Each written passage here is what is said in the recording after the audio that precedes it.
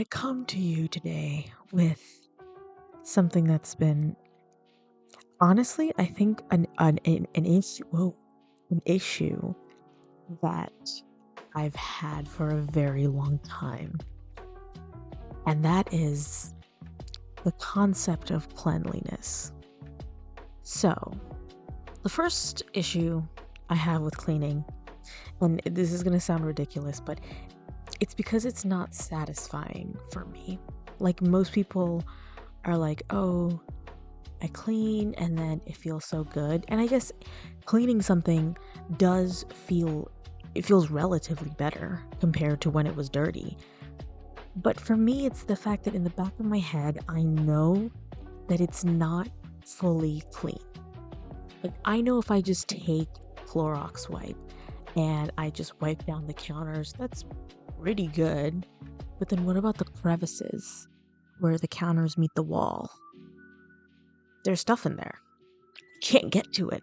I don't have the time to do a full detailing in my apartment.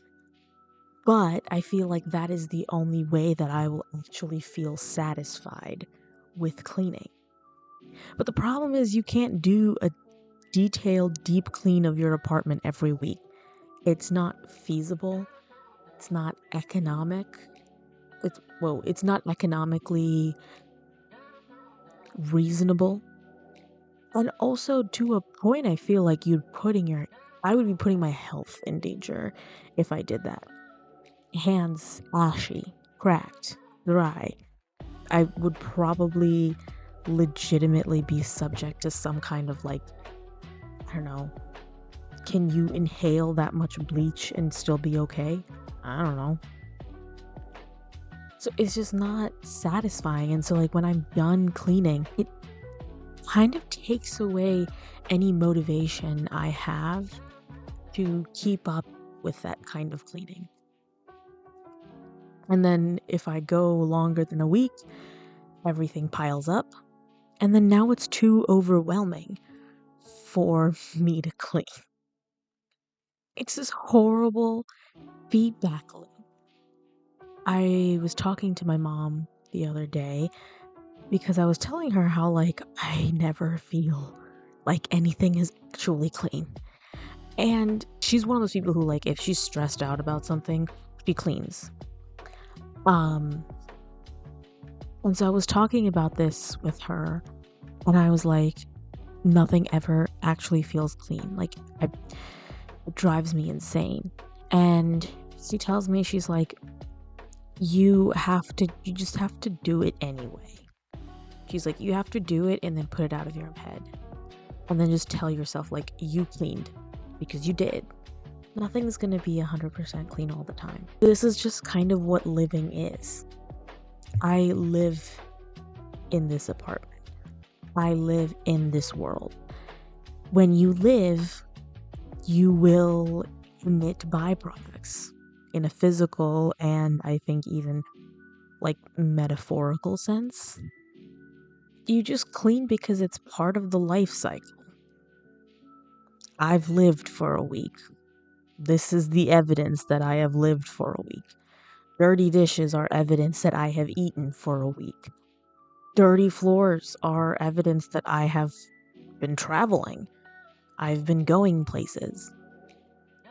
Cleaning it is not really it's not about erasing every trace of my existence. It's really just refreshing my place for another week of living.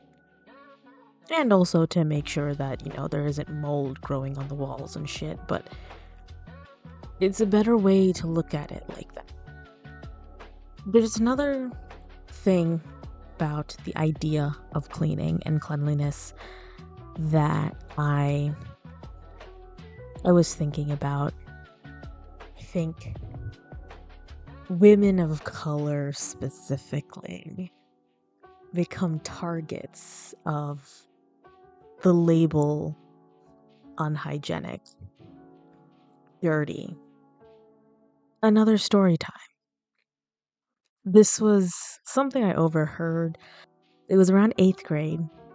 and I was in the lunch line, and I was overhearing a couple of these guys. They were talking about like a girl.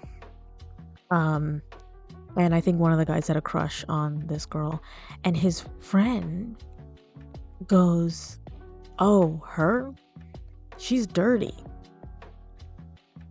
And that was the first time in my life I have heard other people gossip about somebody else's hygiene. It was crazy to me. I was like, that seems like a very personal thing. What do you mean? Like, looking back on it, I actually think it's hilarious that these are middle school boys talking about a girl being dirty. I know for a fact that they didn't wash their asses. They didn't know what deodorant was. But that aside, it was the first time I actually heard that. And the girl who they were talking about was a black girl. I know when I was like first explaining to white friends that I eat food with my hands, they were like, "Oh, like, isn't that a little like gross?" And there was a period of my life where if, I were eating Indian food, it would always be with utensils. I would not eat with my hands in public, even at Indian restaurants. I remember when I was really young, my mom would put coconut oil in my hair and then tie it into like braids. People would think that my hair was unwashed because it looked greasy. But I think after that, I really didn't like when my mom would oil my hair. I had to convince her to only doing it like when I came back from school. It's a lot of, I think one, the pressure to seem as clean and prim and proper is definitely more emphasized for women. I mean, you have beautiful women, put together women, and their boyfriends don't think you should clean your loofah or your bath towel. It's like, ma'am, you sleep with this man.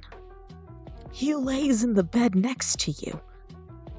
He is, who knows how many bacteria he is currently playing host to.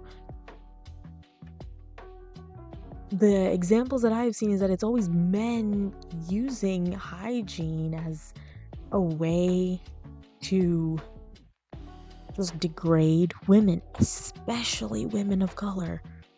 It was not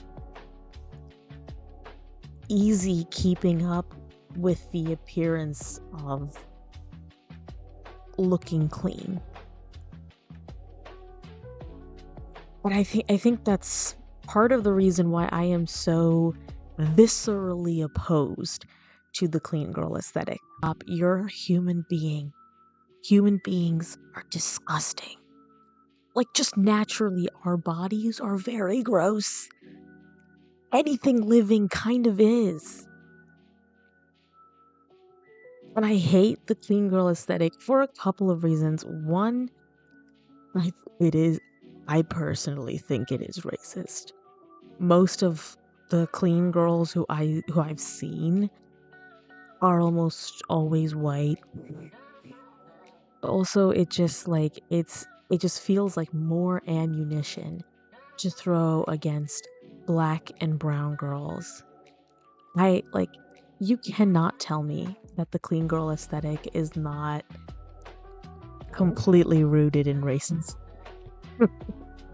I should specify, it's all rich white women. And a lot of the things that quote unquote clean girls will do, like oiling their hair, slick back ponytails and buns, it's all stuff that women of color have been doing for a very long time. Like, women of color have been doing it for ages. Indian women, South Asian women have been oiling their hair for centuries, for so long. Black women have been doing the slick back look for so long. all of this comes from women of color, but I think women of color do it more authentically. I think when I see the clean girl aesthetic and seeing how it's basically been taken over by upper crust white women, it doesn't come off as authentic. It comes off as a product that they're trying to sell to you, or in reality, multiple products. It comes off as, oh, buy these skincare products that, by the way, I will get a certain amount of profit off of. Less about like actually taking care of yourself. It's less about actually making yourself feel good. And it's more about, here's a bunch of stuff you can buy to look like me. Every Pinterest mood board I've seen, every TikTok I've seen, and it's some white woman trying to sell you the clean girl aesthetic. It looks like one giant advertisement. And so let's take the individual parts out of it. When women of color do the things that are hyped up in the clean girl aesthetic, it doesn't seem consumerist anymore. It doesn't seem like these women are trying to sell you anything. It just seems like they are living in the styles and in the traditions that their mothers taught them. And white women take certain parts of culture from black and brown women. All of a sudden, it's now very profitable. And the things that the rest of the women of color used to just enjoy because it was just a part of our culture is now profitable. And now it's more expensive. And now it's being commodified. And it takes a life of its own on social media, and the women who have been doing it for years get left in the dust. And even if they still try to do those things, they may still be seen as unhygienic, unclean, and dirty. But that's all I have to say.